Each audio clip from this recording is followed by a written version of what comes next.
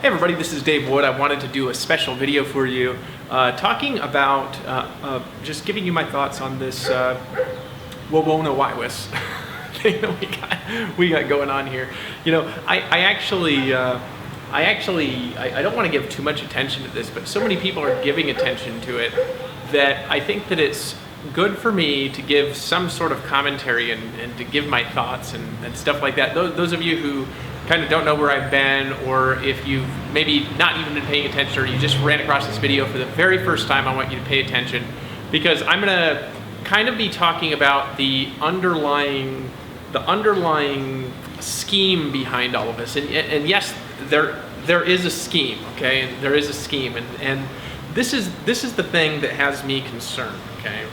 It's not so much that there's a virus that's been going around, and just so you know, what I've been doing lately, those of you who are watching this video, is of course I've been kind of vacationing a little bit and kind of just enjoying myself in Colombia. I shaved off my huge beard, partially because it's really hot down here, and another thing is that I wanted to feel like I just wanted to get a new look going and stuff like that. So in any case, I'm down here at a hostel at a top secret location in Colombia.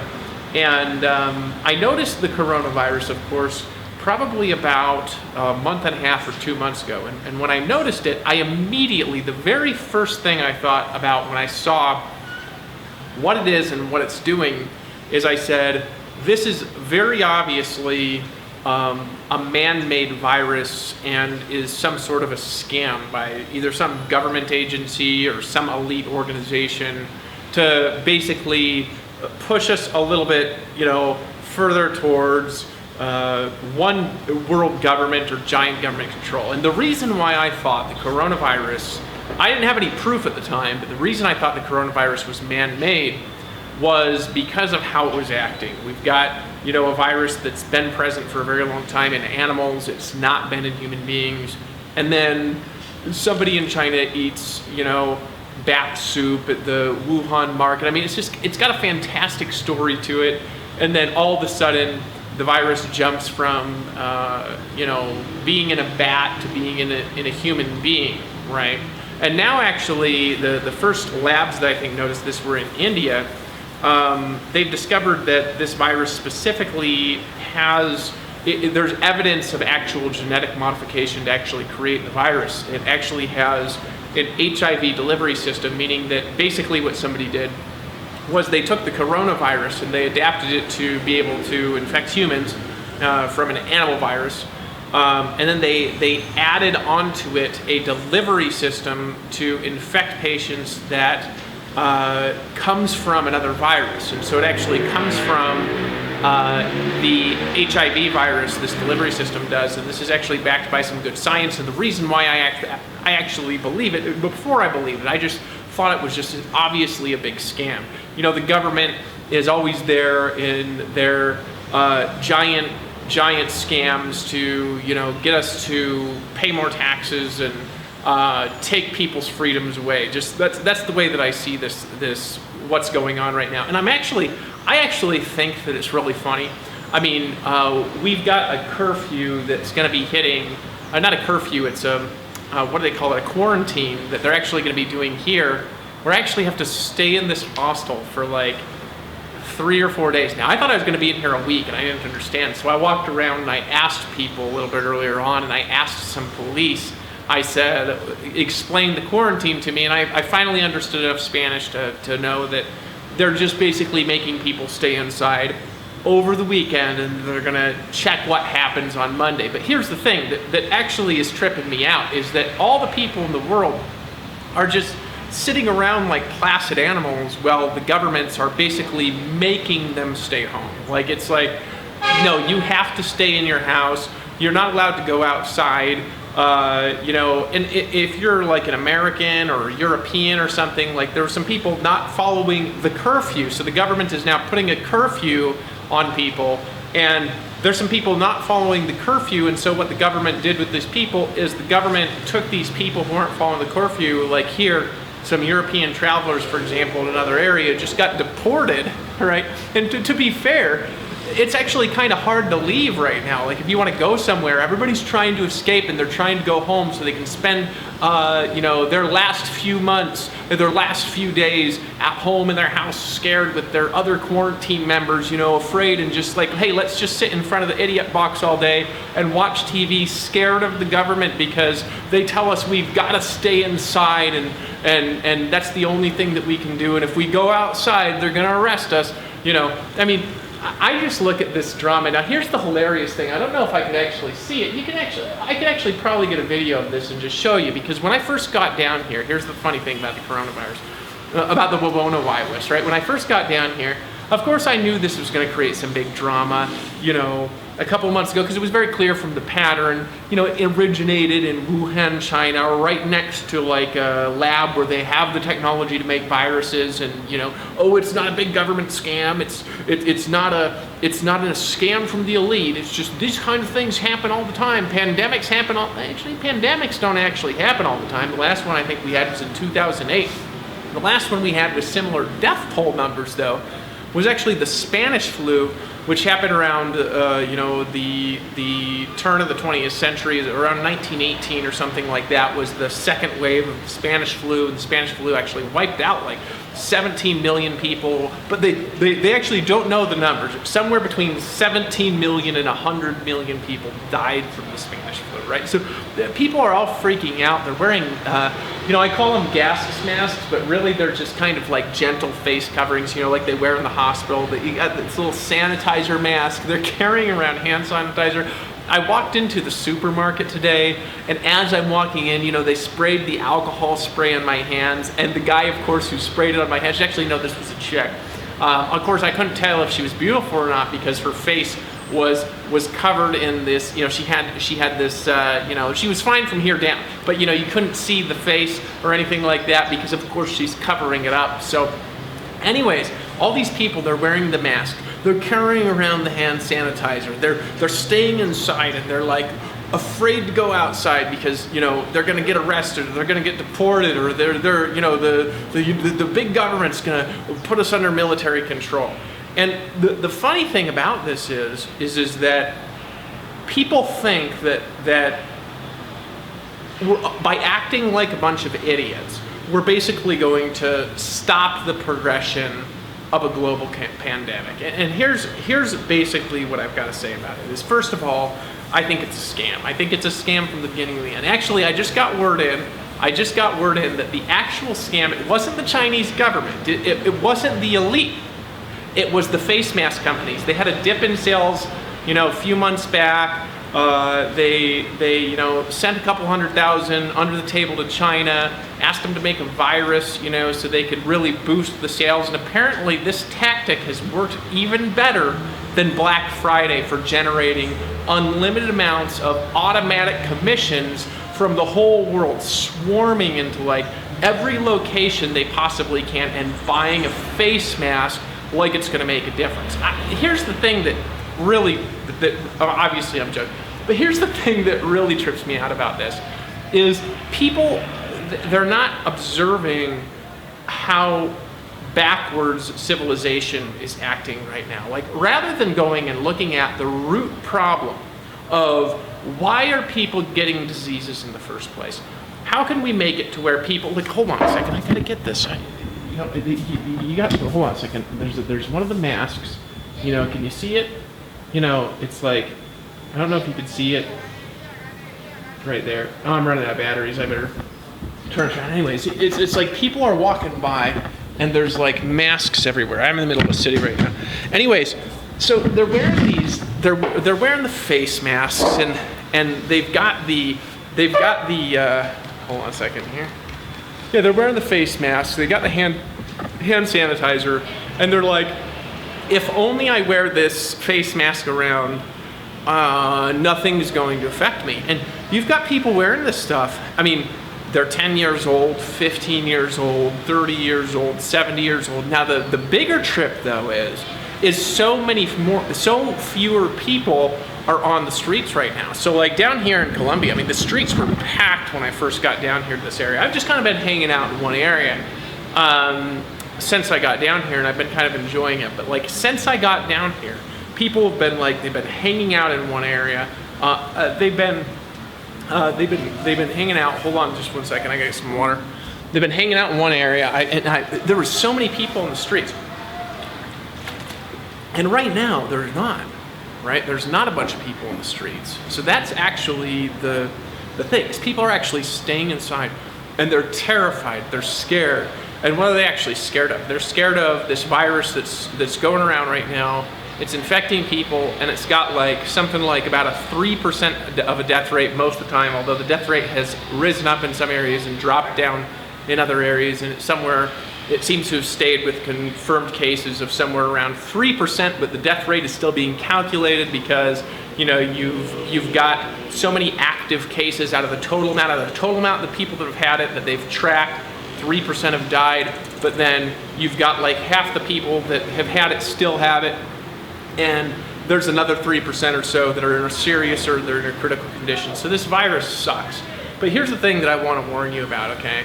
Is that there has been a plan for a very long period of time. Hold on, what I'm going to do, I'm going to pause the video. I'm going to put 2 sections of this video together, and because my battery's running a little bit low, and I'm going to go get my other battery. I'll be right back. So this is part 2. Here's the thing that actually gets me a little bit worked up about this, is the overarching feeling looking at society. The society is just totally unprepared for anything that happens outside of the norm, right? Something happened that's a little bit outside the norm, and the drama that's being capitalized is unbelievable. I mean, people are being scared into thinking, oh, there's going to be no more supplies in 7 days. I better go to the supermarket and buy every roll of toilet paper that's in the supermarket. I better, get a face mask. There's even been one of these guys that sells things on the street corner who's right over here. There's a bridge right here out the window, and right at the end of the bridge, there's a guy that has been, wearing one of the face masks and, of course, selling them. Man, that guy is selling a face mask to every 2 or 3 people that walk down the street. He's selling so many. So people are just stopping. They they see all these other people wearing face masks. And then all of a sudden, they pull out their credit card and they make a decision to buy one too. And the reason they make a decision to get one is because everybody else is getting one, and they think that it's going to protect them, which actually, it's not really, because people are still doing things that are going to spread the virus around. For example, let me give you another perspective on this, okay? Society scares everybody into thinking, oh, this outbreak is going to kill everybody. You better get supplies while supplies last. Then what happens is all of society runs into the supermarkets where the people who actually have the coronavirus, or they have something that's an infection, actually starts spreading because everybody's actually together in the supermarkets, running around in a crazed panic while people are, coughing and spreading germs on the products in the supermarkets and things like this. And so it's actually a little bit of a backwards psychology to let yourself get riled up and to let yourself become anything other than confident and powerful and relaxed about any situation that you're in, based upon what drama is being created around you. So there's tons of drama. There's tons of drama in the news. There's tons of drama internationally. The death toll, I think, is up over 10,000 as of making this video. I just checked a little bit ago. And here's the thing that I worry about, and it's a serious concern, is I worry about people's inappropriate reactions creating kind of a springboard in a chain reaction that gets us closer to an inappropriate centralized one world government. Now, I'm not actually opposed to a decentralized one world government system. I think there's a way to do it that actually makes a lot of sense. I've talked about that in a lot of my videos. What I'm opposed to is giant government organizations. For example, let me make sure this microphone's on. Yeah, it's on. Giant government organizations being formed and getting too much power. For example, right now we have the Transportation Security Administration, for example, in the United States. It's just like this overbloated, gigantic government organization that just eats so much money out of our budget every single year. And in my opinion, it's totally unnecessary. And how did that organization get formed? Well, in the Communist Manifesto, there's this little sections about things that we need in place in order to turn a country from a free country to a communist country. And one of the things that we need to do in order to turn a country communist or to turn a country socialist is we need all these centralized organizations that can make decisions over every province and territory from a centralized location. For example, we need somewhere that can make decisions over travel. We need something that can make decisions over the school system and regulate the school system from a centralized location. We basically need all these centralized, very powerful government bodies in force, because then when the time comes and the people need a new solution, and we've been all scared by some big world disaster that happened, like the Twin Towers getting scared into, what happened is, or now there's terrorist strikes, and now there's viruses being released, and now there's monsters running around in the streets, whatever it is that's scaring the crap out of people that day, for example. Then what happens is that all these government organizations, essentially, they just slam together into one giant organization, and then the people of the world get controlled, and all of their freedoms get run into the ground. And because they had it happen over a very long period of time, nobody even knows what happened to them, right? And they don't even know where their freedoms, then we have a 1984 scenario where we've got like a big booming megaphone on the streets, and it's saying, wear your face mask, take your injection, it's 4 o'clock, you know what I mean? And you're walking down the street and you're looking around, and don't talk to anybody, because if you talk to anybody, the super virus might spread. Now here's the problem, okay, that I see from a greater perspective. I wrote a blog post about this, but it was a little bit all over the place, and this video is a little bit all over the place too, but this is generally focused information. I want you to focus and pay attention. The thing about all this stuff is we've got all these gigantic government, world organizations. The World Health Organization is stepping in everywhere, and the government of the world are stepping in. They're using military force to keep people inside. They're enforcing punishments if you leave your house or if you go outside, and there's all sorts of side effects for this. For example, this is causing people to lose their jobs. We just had a massive reduction in jobs in North America. That's the biggest reduction of jobs we've had over the last couple of years. It's like a massive, I don't even remember how many jobs were lost. It was like 1 million or something. It was like a lot of jobs were just lost because people, their sales are slowing because everybody's freaking out. They're going and buying necessities, and they're buying food storage and stuff like this, and they're not doing their normal shopping. And so normal economic patterns have got there's like a major schism in the economic patterns going on right now. You've got other problems, for example, happening, like the British pound, for example, just lost a lot of its value. The United States dollar has tended to been holding its value through this thing.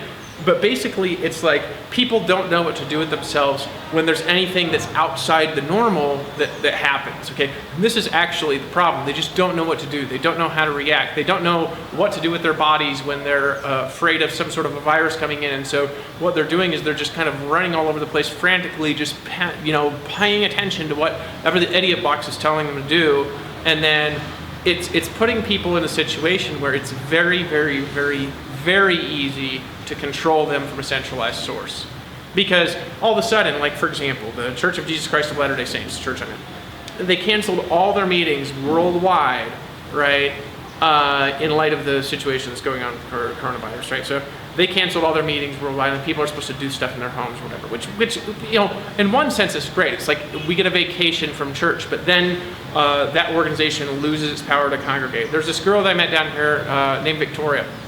Victoria, she was, an actress in a play that they were preparing, right? So they're practicing every day, and she'd been practicing every day for like 2 months. They just canceled the play because of the coronavirus. And so now, of course, she's at home, and what's she doing? She's trying to find work on the internet or something like that, right? So I suppose this is one great opportunity to scheme, because everybody's inside, and they're going to be on their computers, and maybe it's a great place to do a big scheme and get everybody involved in home-based business or internet marketing or something like that. That might actually be some sort of a positive for network marketers out there that just love selling stuff.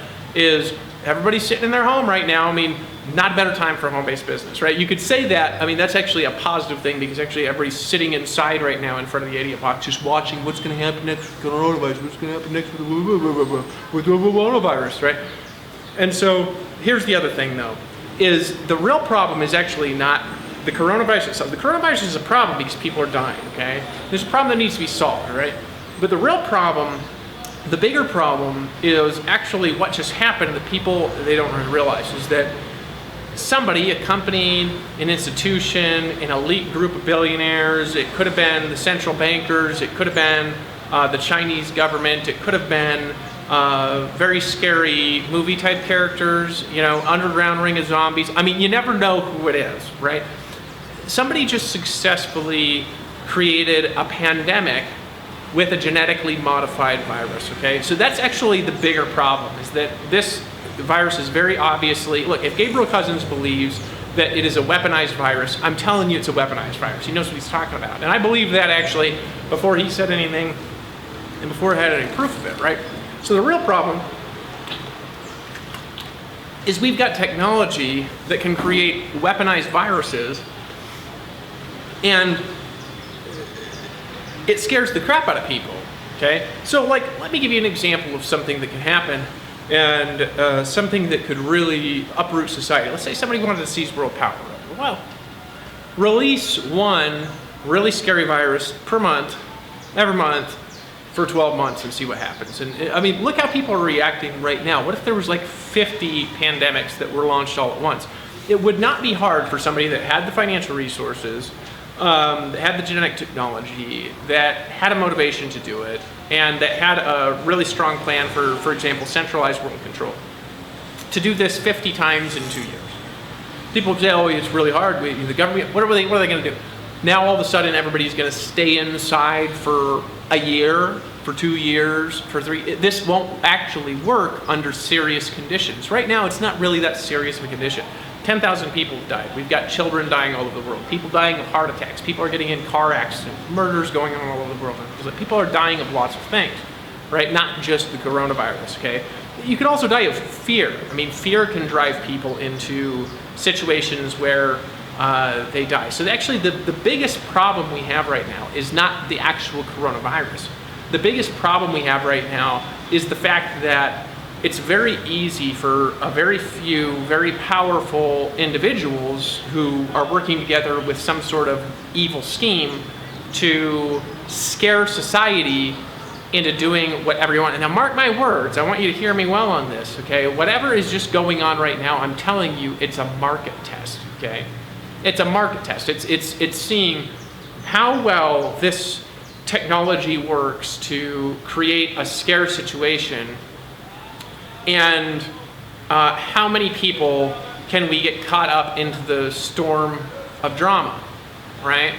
Because when you test something out and you know that it works, it's very easy to do it again, right? And right now, this is something, for example, that could affect the 2020 presidential elections in a very big way. They can use it to make Donald Trump look bad. They can use this to do assassinations, for example, on people that are very important political, very important spiritual leaders, and blame it on the virus, but really it was something else that killed them, for example. There's all sorts of stuff that can happen from what just happened, and it's not just a singular event that's happening. That's what I want you to understand. It's like somebody's testing something for an infrastructure for things that they can do to control society, okay?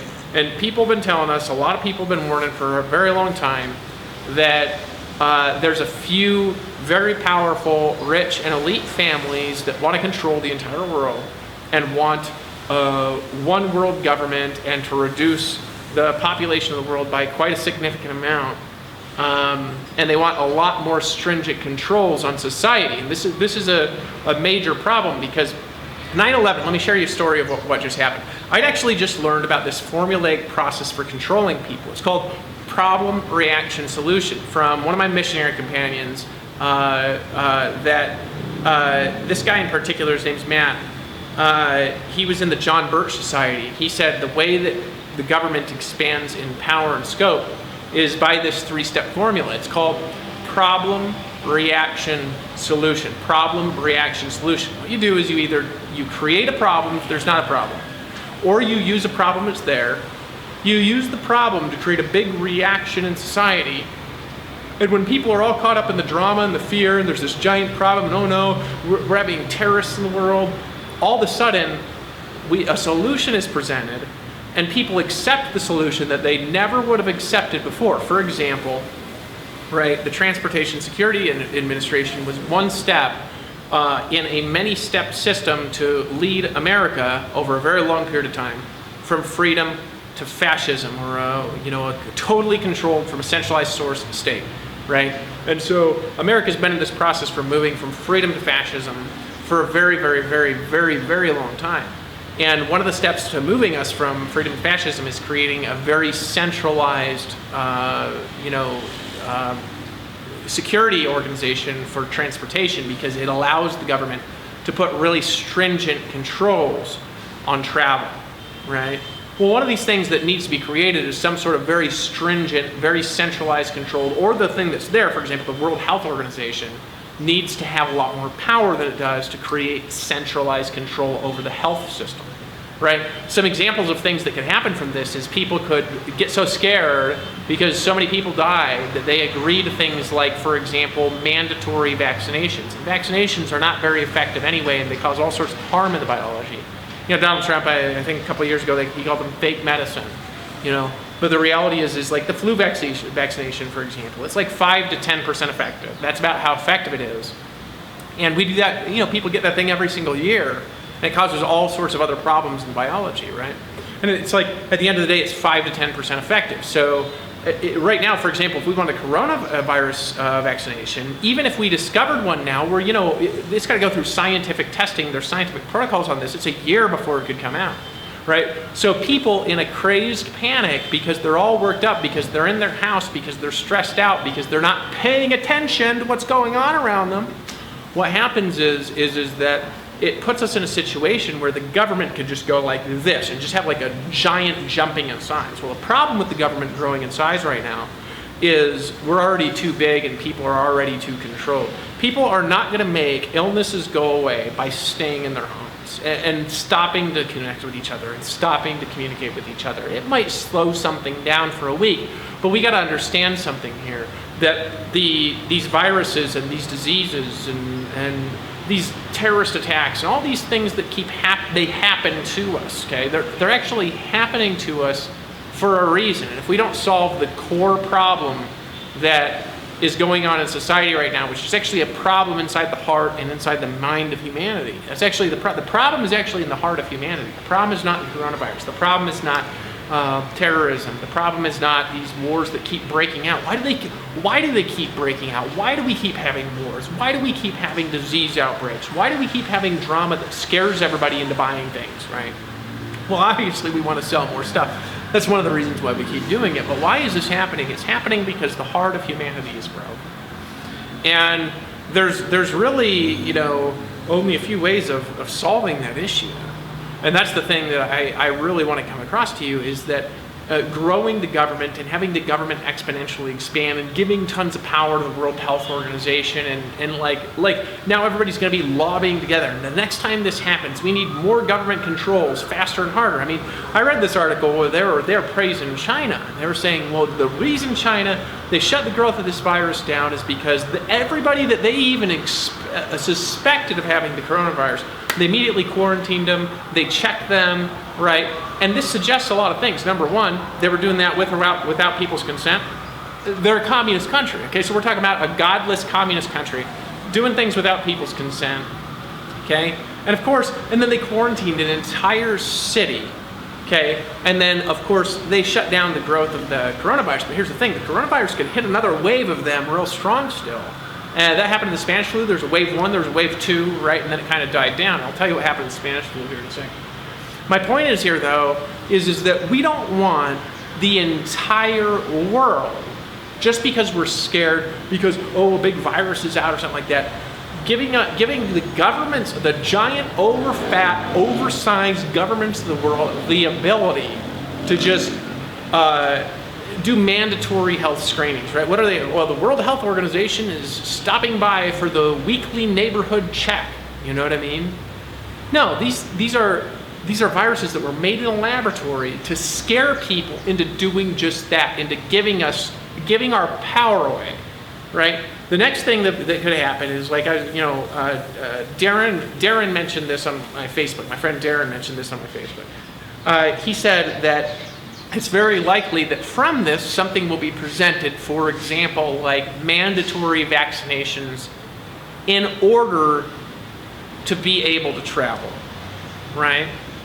So now we're giving away another part of our freedom. We've got something mandatory coming, and then in order to be able to travel, we've got mandatory vaccinations that are coming in, right? So that'd be something that could pop up from this, for example. A giant centralized organization for health in the United States that has massive amounts of power to do things like step in and with no oversight or no checks and balances, put military control on a big section of society, keep society safe, right? Where's the problem? These solutions, these temporary little solutions, now what are we going to do? Collapse the economy in order to stop the growth of a virus? What's actually going to end up in the end hurting more people? It's a question, isn't it? It's a question that actually is quite difficult to answer, right? I'll tell you though, over a period of time, if this is going to be a repeat event, a repeat pattern, it's not going to work to make the problem go away, to keep people locked in their houses and scared of everything and like running and screaming to the supermarket to grab all the toilet paper supplies because there's a pandemic going around right now. In the future, we could have a pandemic every week. There's got to be a different solution to all the drama. And what's that solution? So the question is how is it that society can actually respond properly in a unified way to this? First of all, let me tell you a story. So I was in England when the Twin Towers got crashed into, and I was knocking on doors. I get let into this house, and there's like this Islamic family with like 30 people. And I'm sitting there and I'm looking at the TV screen, and I was like, is that in America? And they're like, yeah. Now, they didn't know any more than anybody else what was going on. But for the next month, I wasn't allowed to talk to Islamic families anymore. There was like this big stigma that like it was the Islamic people that did it.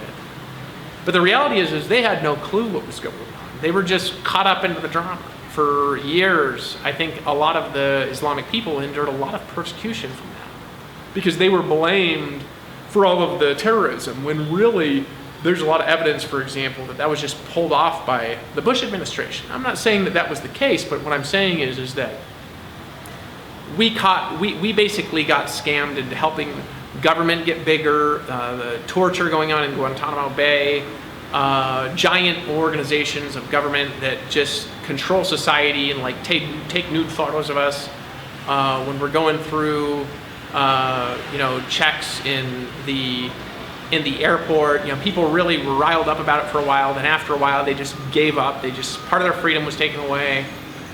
They forgot what freedom they lost.